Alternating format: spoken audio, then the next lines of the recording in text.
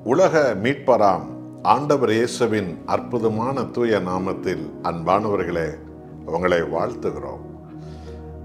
உலகத்தின் பாவங்களை சுமந்து தீர்க்க ஆண்டவர் இயேசுவை உங்கள் முழு உள்ளத்தோடு தேடும் அந்த நாள்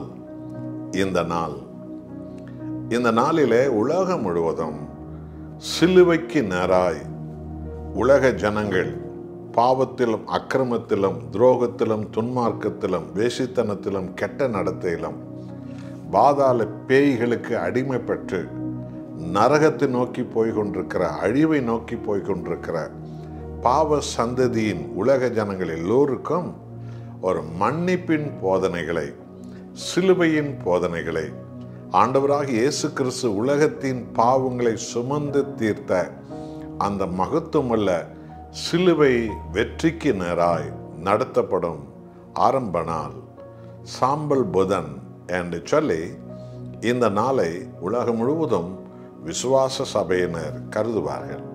கலாத்தியர் 2ஆம் அதிகாரம் 20வது வசனத்தை பாருங்கள்.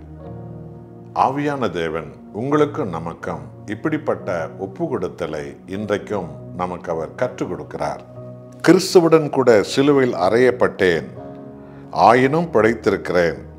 இனி நான் அல்ல, கிறிஸ்துவே எனக்குள் பிழைத்திருக்கிறார். அல்லேலூயா.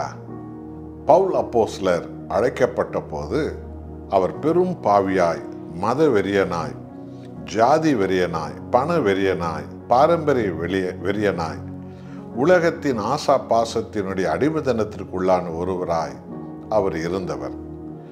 ஆனால் உயிர்த்தெழுந்த கர்த்தராகிய இயேசு ஒளியின் தேவனாய் பவுலுக்கு தன்னை வெளிப்படுத்திய போதுதான் ஆண்டவராக இயேசுதான் அல்பா ஒமேகா ஆன தேவன். அவர்தான் யெகோவா எனும் இஸ்ரவேலர்கள் ஆராதிக்கிற தேவன். அவர்தான் மோசேக்கு அக்கினியாய் வெளிப்பட்ட தேவன். அவர்தான் சர்வத்தை உண்டாக்கிய தேவன் என்பதை பவுல் அறிந்து கொண்டார். அப்படி அறிவு கண்கள் திறந்தது.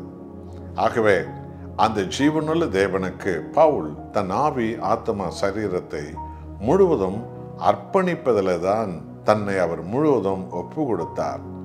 கிறிஸ்துவுடன் கூட நானும் சிலுவையில் அறையப்பட்டு விட்டேன். என் பாரம்பரியம் செத்தது, என் சுயம் செத்தது, என் மாம்சீகம் செத்தது, என்னுடைய பணப்பெருமை, ஜாதி பெருமை, படிப்பு பெருமை செத்தது சிலுவையில். இதோ நானும் சிலுவையில் செத்து விட்டேன். மத வெறியனாய் அலைந்து திரிந்தேனே, அது சிலுவையில் செத்து விட்டது. நான் கிறிஸ்துவோடு கூட சிலுவையில் செத்து போனேன். ஆனாலும் ஆண்டவர் இயேசு பாவத்தை அழித்து விட்டு 3வது நாள் உயிரோடு எழுந்தது போல நானும் ஆண்டவர் இயேசு கிறிஸ்துவுக்குள்ளே 3வது நாள் உயிரோடு எழுந்து விட்டேன்.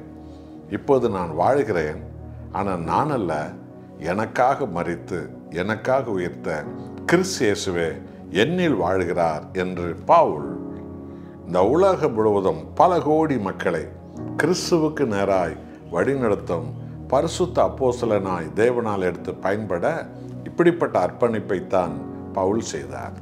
இன்றைக்கு கிறிஸ்தவ உலகம் சிலுவையில் சாக வேண்டியதாக இருக்கிறது. கிறிஸ்தவ போதகமார்கள், பாதிரிமார்கள், பிஷப்மார்கள், போப்மார்கள், கிறிஸ்தவ பிரசங்கமார்கள், கிறிஸ்தவ மிஷினரிகள், கிறிஸ்தவ விசுவாசிகள், கணவன், மனைவி, பிள்ளைகள் எல்லோரும் அனுதினமும் தன் சுயத்தை சிலுவையிலே சாகடிக்கும் நாள் தேவன் நமக்கு கிருபையாக, தயவாக இந்த சிலுவை போதனைகளுக்கு நேராய் இதோ இந்த நாட்களை கர்த்தர் இன்றைக்கு ஆரம்பிக்கிறார். ஆகவே மண்ணிலிருந்து வந்த மனுஷனே, நீ மண்ணுக்கே திரும்புவாய் என்ற படிப்பினை இந்த சாம்பல் புதனாகி இன்றைக்கு உலகம் முழுவதும் உள்ள மக்களுக்கு அது சொல்லப்படுகிறது. ஆமென். அன்பானவர்களே, என்னென்ன சாப்பிடுவதை விட்டு விடுவோம் என்பதல்ல, லெந்து காலம், தவக்காலம் அதுவல்ல. என் பாவம் அக்கிரமங்களை எல்லாவற்றையும் நான் பூரணமாய் விட்டு விடுவேன், ஒவ்வொரு நாளைக்கு ஒரு பாவத்தை விட்டு விடுவேன் என்று உண்மையாய் மனம் வருந்தி நமது பாவங்களை சிலுவைகளை சுமந்து உயிரை கொடுத்த ஆண்டவர் இயேசு கிறிஸ்துவை இரட்சகராக ஏற்றுக்கொண்டு பாவத்தை சாகடித்த ஒரு புது வாழ்வு வாழ்வதுதான் அந்த லெந்து காலம், தவக்காலத்தினுடைய நோக்கம். உங்களே ஏமாற்றிக்கொள்ள வேண்டாம். நான் கறி சாப்பிட மாட்டேன், அது சாப்பிட மாட்டேன், இது சாப்பிட மாட்டேன் என்று உங்களை ஏமாற்றிக்கொள்ள வேண்டாம். உங்களுக்கு பல நோய்கள் வந்ததுண்டா இதெல்லாம் நீங்கள் சாப்பிடவே மாட்டீர்கள். பாவம் செய்யாமல் இருப்பேன், பாவத்தை அனுதினமும் அறிக்கையிடுவேன், என் பாவம் சாகட்டும், நான் உயிரோடு எழுந்து வரட்டும் கிறிஸ்துவுக்குள்ளே என்ற தீர்மானத்தை இன்று முதல் எடுத்துக்கொள்வோம். கர்த்தராக இயேசு கிறிஸ்துவுக்குள் உயிர்த்தெழுந்த ஒரு வாழ்க்கை, இந்திய கிறிஸ்தவர்கள் உயிர்த்தெழுந்த ஒரு வாழ்க்கை வாழ வேண்டியது மிகவும் அவசியம். போலியான சபைகளெல்லாம் மனம் திரும்பணும். போலியான போதகர்கள், போலியான பாதிரிமார்கள், பொய்யான கிறிஸ்தவ ஜீவியம் எல்லாம் சாக வேண்டும் சிலுவையில். கணவன் மனைவி உறவு துரோகமான உறவுகளாக இன்றைக்கு மாறி இருக்கிறது. புற இனத்து ஜனங்களை காட்டிலும் கேவலமாக கிறிஸ்தவர்கள் கணவன் மனைவி உறவில் இன்றைக்கு வாழ்கிறார்கள். அப்படிப்பட்டவர்களெல்லாம் சிலுவையில் சாகடிக்கும் நாள் தான் இந்த சாம்பல் புதனான இந்த நாள்.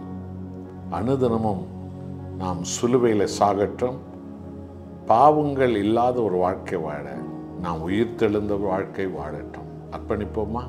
ஜெபிப்போம். அன்புள்ள நேசரே, நாங்கள் ஒவ்வொருவரும் அனுதினமும் சிலுவையில் சாகும்படி எங்களை அழைக்கிறீர். உமக்கு கோடி நன்றி. எங்கள் சுயம், எங்கள் பெருமை, எங்கள் புகழ், எங்களுடைய ஆணவம், எங்களுடைய பேர், எங்களுடைய வம்சம், ஊர் பாராட்டணும், உலகம் பாராட்டணும், அவர் பாராட்டணும், இவர் பாராட்டணும் என்ற எண்ணமெல்லாம் சபை போதகரிடத்தில் சாகணும், ஊழியக்காரிடத்தில் சாகணும், பண வெறி சாகணும், உலக ஆசா பாசங்கள் சாகணும், மாம்சீகம் சாகணும், ஜாதி பெருமை, குல பெருமை, கோத்திர பெருமை, வம்ச பெருமை, மறைவான பாவ ஆக்கிரமங்கள் எல்லாம் சாகணும் ஆண்டவரே. அப்படிப்பட்ட அனுதினமும் நாங்கள் செத்து எங்களுக்காக சிலுவையில் உயிரை கொடுத்து உயிர்த்தெழுந்த இயேசுவே, உம்மோடு உயிர்த்தெழுந்த ஒரு வாழ்க்கை வாழ இந்த சாம்பல் புதனான இன்று முதல் ஒவ்வொருவரும் அனுதினமும் பாவங்களை சாகடிக்கிற அபிஷேகத்தை எங்களுக்கு எல்லாருக்கும் தாரும். உண்மையில் உயிர்த்தெழுந்தவர்கள்தான் எழுந்து பிரகாசிப்பார்கள், சாத்தானை ஜெயிப்பார்கள். அப்படிப்பட்ட அபிஷேகத்தை தாரும். இயேசு நாமத்தில் பிதாவே, ஆமென்.